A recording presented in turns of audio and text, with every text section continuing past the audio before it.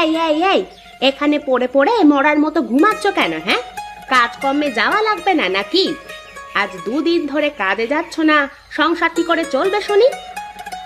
বউ, এই সকাল সকাল কানের মাথা কাস না তো, আমাকে একটু ঘুমাতে দে। আমার শরীরটা একদমই ভালো না। আমার পেটের মধ্যে কেমন যেন গুড়গুড় করছে, মাথা বনবন করছে, কানের মধ্যে শাঁসা করছে।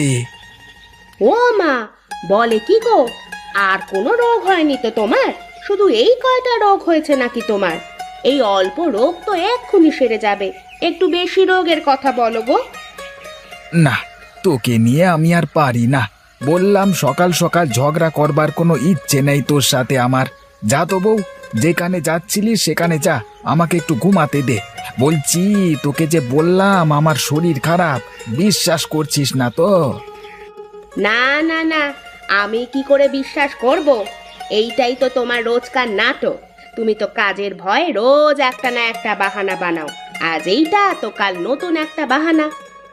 কি অশান্তি, কি অশান্তি! আমি কি করে বোঝাবো তোমাকে যে সত্যি আমার শরীরটা ভালো নেই?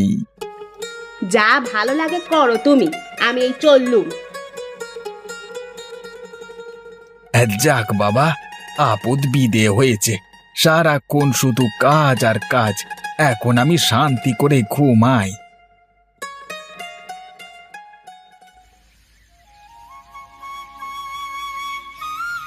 আরে মা, কেমন আছো মা? আজ কতদিন পরে আসলে আমাদের বাড়িতে। এসো এসো, ঘরের মধ্যে এসো। ভালো আছি রে মা, তোকে খুব দেখতে ইচ্ছে করছিল, তাই চলে আসলাম। আর এইদিকে একটু কাজও আছে, তাই ভাবলাম একেবারে সব কাজ সেরে যাই। ভালো করেছো মা, এসো এসো, ভিতরে এসো।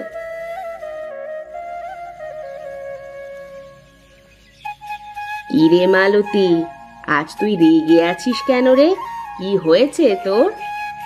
আর সে কথা বলো না মা, তোমার জামাইটা যা হয়েছে না, সারাদিন কাজকর্ম কিচ্ছু করবে না, শুধু পড়ে পড়ে ঘুমাবে আর সব জ্বালা আমাকে পোহাতে হবে। আমার জীবনটা একেবারে নরক হয়ে গেল। আরে কিছু বেটা মানুষ এমন একটু ভবঘুরে স্বভাবের হয়। একটা বাচ্চা কাচ্চা হলে কাঁধে দায়িত্ব পড়লে দেখবি সব ঠিক হয়ে গেছে। না, এ মানুষ ঠিক হবার মানুষ নয় গো মা। আমি কত বোঝাই, ও আমার একটা কথা এক কান দিয়ে ঢুকিয়ে আরেক কান দিয়ে বের করে দেয়। আরে হবে রে হবে, কত এমন ভবঘুরে মানুষ দেখলাম, বিয়ের পর ঠিক হয়েছে, আর না হলে বাপ হওয়ার পরে ঠিক হয়েছে। জানিস, তোর বাবাও ঠিক এই রকম ছিল। তুই আমার জীবনে আসার পরে মানুষটা কেমন যেন কর্মঠ হয়ে গেল। দুনিয়া উল্টে গেলেও ঠিক হবে না মা, তুমি ওকে চেনো না তাই এমন কথা বলছো। আমি আজ 2 বছরে ওকে হাড়ে হাড়ে চিনে গেছি। আচ্ছা শোন, আমার কাছে একটা বুদ্ধি আছে, আমার কথা মতো কাজ কর, দেখবি সব ঠিক হয়ে যাবে। কি বুদ্ধি মা?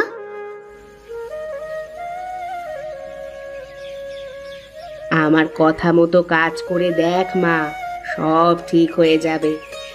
ঠিক হলে তো বড়ই ভালো, আর না হলে আমাকে সারা জীবন এভাবে পরের বাড়ি কাজ করে সংসার চালাতে হবে। আচ্ছা মা, তুমি বসো, আমি তোমার জন্য জলখাবারের ব্যবস্থা করছি। না রে মা, এখন ক্ষুধা নেই, খেতে ইচ্ছে করছে না। আমি পাশের গ্রামে তোর কাকার বাড়িতে যাচ্ছি, ওখান থেকে ফেরার পথে তোর বাড়িতে 2 দিন থেকে যাব। কেন মা, ওখানে কি?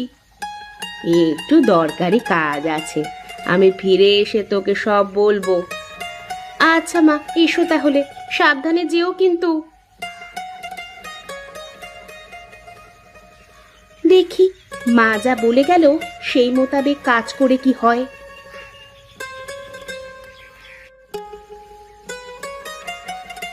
আহা, কি গন্ধ, কি গন্ধ! এত ভালো গন্ধ আসছে চিংড়ি মাছের। তা কোথায় পেয়েছো গো চিংড়ি মাছ গিন্নি? আমি তো চিংড়ি মাছ কিনিনি বহুদিন। তা কিনবে কি করে বলো? তুমি যা কিপটে, তাতে কি চিংড়ি মাছ কেনার কলিজা তোমার আছে? চিংড়ি মাছের যা দাম! এই এই এই সকাল সকাল তুমি আবার আমার ইজ্জতের বস্ত্র হরণ করে দিলে গিন্নি। এটা কিন্তু একেবারেই ভালো করলে না তুমি। বেশি আজে বাজে বকবে না কিন্তু সকালবেলা, এই আমি বলে দিলুম। না হলে কিন্তু এর থেকেও বেশি কিছু হবে। চুপচাপ গিয়ে হাতে মুখে পানি দিয়ে বসো, আমি চিংড়ির ভর্তাটা করে এনে খেতে দিচ্ছি। না, এইভাবে কি বেঁচে থাকা যায়? শেষে কিনা নিজের গিন্নির কাছে দাম পেলাম না, সকাল করে আমাকে এই রকম ভাবে খিস্তি মেরে দিল।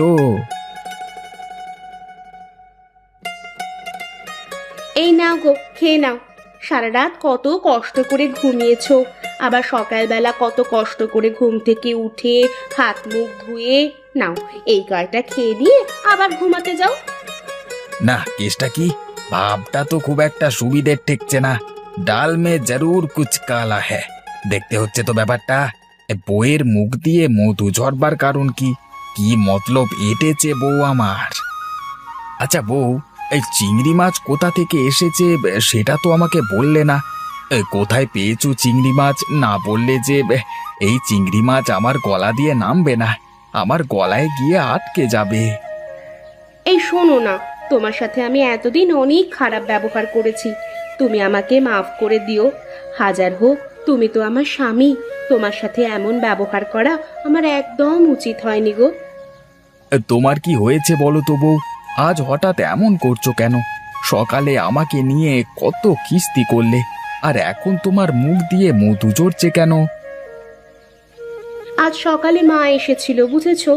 মাকে আমি তোমার কথা বললাম যে তুমি কোনো কাজ করো না, তাই মা আমাকে বুঝিয়ে গেছেন। হয়তো আমারই কোনো ভুল হয়েছে, যার কারণে তুমি এমন করছো।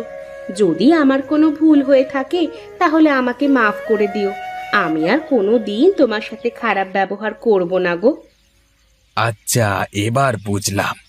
তার মানে মা চিংড়ি মাছগুলো দিয়ে গেছে। তা মা কোথায়? মাকে তো দেখছি না, সে কি চলে গেছে? হ্যাঁ গো, মা পাশের গ্রামের কাকাদের বাড়িতে গেছে। কাকাদের বাড়ি থেকে ফেরার পথে মা আমাদের বাড়িতে দুদিন থেকে তারপরে যাবেন। তুমি নাও, এত চিন্তা না করে খেয়ে নাও।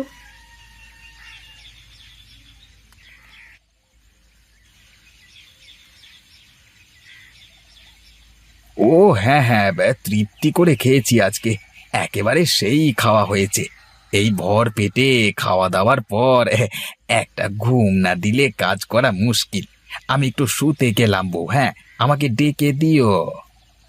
না না, আমি তোমাকে ডেকে তোমার ঘুম ভাঙাতে যাব না। তোমার যখন ইচ্ছা তখন উঠবে। আমি বাড়ির কাজে গেলাম, আমার অনেক কাজ পড়ে আছে। বাড়িতে উঠোন ঝাড়ু দেওয়া, থালা বাসন মাজা, কাপড় পরিষ্কার করা। আচ্ছা আচ্ছা, যাও যাও, তুমি কাজে যাও, আমি একটু ঘুমটা দিই। আহ।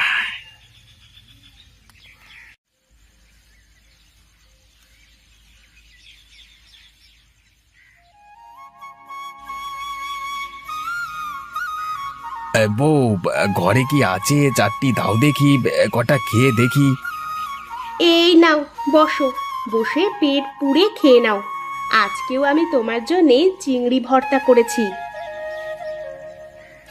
কি গো বউ, কালকে সকালবেলায় চিংড়ি ভর্তা করলে, আজও আবার চিংড়ি ভর্তা করলে, তা কারণটা কি বউ? হ্যাঁ, চিংড়ি ছাড়া কি আর কিছু রান্না করতে পারছো না? এই চিংড়ি মাছ কি প্রতিবেলা খেতে ভালো লাগে?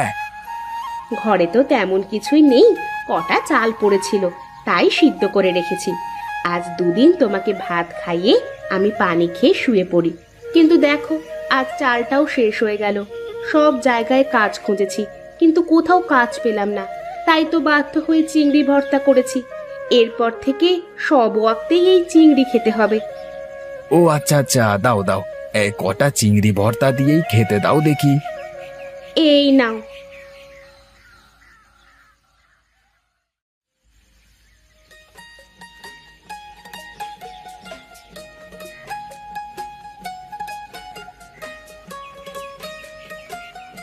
মানুষ নাকি জব্দ হয় না, আজ তোমাকে আমি চিংড়ি মাছের ভর্তা খাইয়ে জব্দ করে ছাড়বো।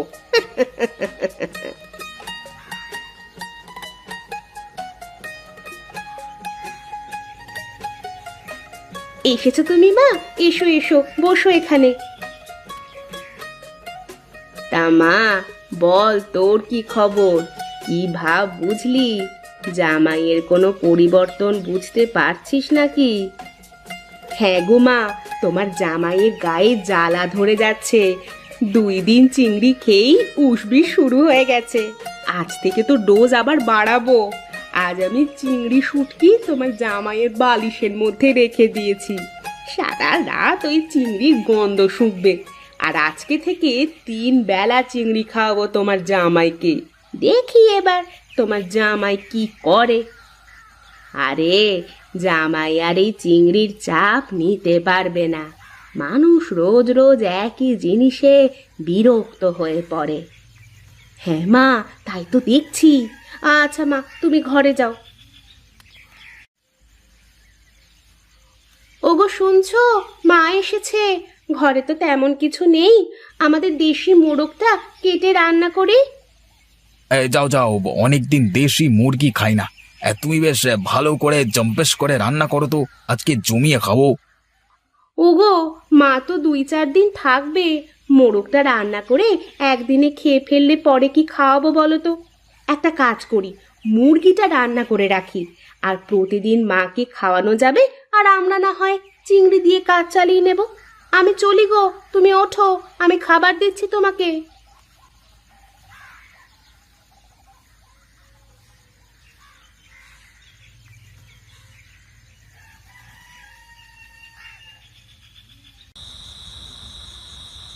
বউ, ঘরে কি আছে দাও দেখি, কটা খাই।